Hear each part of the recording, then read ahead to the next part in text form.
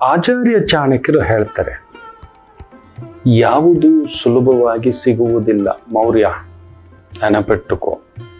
ಆತನನ್ನು ತಯಾರಿಸುವಾಗ ತುಂಬ ಅದ್ಭುತವಾಗಿ ಇಂಥದ್ದೊಂದು ಶಕ್ತಿಗಳನ್ನು ಆ ವಿಷ್ಣು ಶರ್ಮರು, ಕೆಲವರ ಉಲ್ಲೇಖ ಏನಂದ್ರೆ ಅವರು ಉತ್ತರ ಭಾರತೀಯರು ಅಂತ, ಇನ್ನು ಕೆಲವರು ಹೇಳ್ತೇವೆ ನಮ್ಮ ದಕ್ಷಿಣ ಭಾರತದವರು ಅನ್ನತಕ್ಕಂಥದ್ದು. ಇರ್ಲಿ, ಕೌಟಿಲ್ಯರೇ,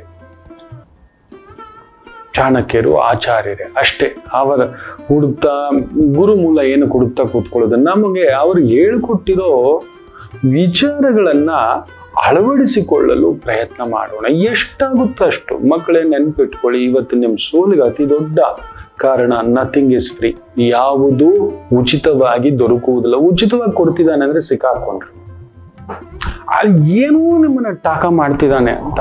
ಉಚಿತ ಇವತ್ತು ನೋಡಿ, ಎಲೆಕ್ಷನ್ ಕ್ಯಾಂಪೇನ್ ಬಂತು ಅಂದ್ರೇನೆ ಅಲ್ಲೊಂದು ಉಚಿತವಾಗಿ 1000 ರೂಪಾಯಿ 2000 ರೂಪಾಯಿ ನಿಮ್ಗೆ ಇನ್ನೊಂದು ಕೊಡ್ತೇವೆ, ಅದು ಕೊಡ್ತೇವೆ, ಇದು ಕೊಡ್ತೇವೆ, ರಿಸರ್ವೇಶನ್ ಕೊಡ್ತೇವೆ, ಬಸ್ ಫ್ರೀ ಕೊಡ್ತೇವೆ, ಕರೆಂಟ್ ಫ್ರೀ ಕೊಡ್ತೇವೆ, ತಿಂಗಳಿಗೆ 1000 ಕೊಡ್ತೇವೆ, 2000 ಕೊಡ್ತೇವೆ, ಏನೇನೋ. ಇವ್ರ ಕೈಯಿಂದ ಯಾರು ಕೊಡಲ್ಲ. ಅದಕ್ಕೆ ಬೇಕಾಗಿರೋ ಬಜೆಟ್ ಅಲೋಕೇಶನ್ ನೀಟಾಗಿ ಇವರು ಅಲೋಕೇಟ್ ಮಾಡಿ ನಮಗೆ ತೋರಿಸ್ತಿಲ್ಲ. ಎಷ್ಟು ದುಡ್ಡು ಖರ್ಚಾಗುತ್ತೆ, ಎಷ್ಟು ದುಡ್ಡು ಆದಾಯ ಇದೆ, ಎಕ್ಸ್ಟ್ರಾ ದುಡ್ಡು ಎಷ್ಟು ಬರುತ್ತೆ, ಅದನ್ನ ನಾವು ಈಗ ಸದುಪಯೋಗ ಮಾಡ್ಕೊತಿದ್ದೀವಿ ಇಲ್ಲ. ಎಲ್ಲ ಸರ ಈಗ ಬಿಹಾರಲ್ಲೂ ನೋಡಿ, ನಿಮ್ಮ ಖಾತೆಗೆ 1000 ರೂಪಾಯಿ 2000 ರೂಪಾಯಿ ಈ ಥರದ್ದು ಏನೇನೋ ಕಥೆಗಳು ಶುರು ಹಚ್ಕೊಬಿಟ್ಟಿದೆ. ಬರೀ ಇಂಥದ್ದೇ.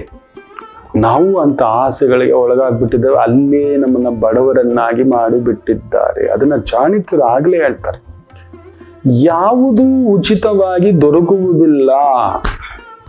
ಮುಖ್ಯವಾಗಿ ಎಷ್ಟು ಚೆನ್ನಾಗಿ ಹೇಳ್ತಾರೆ ಅಂದ್ರೆ, no risk no reward. Risk ತಗೊಳಕ್ ಇಷ್ಟ ಇಲ್ಲ, ರಿವಾರ್ಡ್ ಮಾತ್ರ ಬೇಕು. ನಮ್ಗೆ ಅವಾರ್ಡ್ ಬರಬೇಕು, ಎಲ್ಲರೂ ನಮ್ಮ ಚಪ್ಪಾಳೆ ತರಬೇಕು, ಎಲ್ಲರೂ ಕರಿಬೇಕು, ಎಲ್ಲರೂ ನಮ್ಮನ್ನ